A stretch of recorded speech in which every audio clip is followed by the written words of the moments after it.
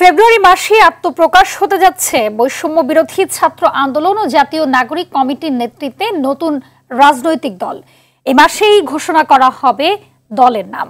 রাজধানীর বাংলা মোটরের নতুন রাজনৈতিক দল গঠনের জনমত সংগ্রহ কর্মসূচি শুরু নিয়ে অনুষ্ঠিত সংবাদ সম্মেলনে এই তথ্য জানান জাতীয় নাগরিক কমিটির আহ্বায়ক নাসির উদ্দিন। এ সময় তিনি বলেন, জনগণের মতামতের উপর ভিত্তি করেই স্বাধীনতা পরবর্তী 53 বছরে প্রথম কোনো রাজনৈতিক দল গঠন করা হবে। সেই লক্ষ্যেই অনলাইন ও অফলাইনে মতামত গ্রহণ করা হবে।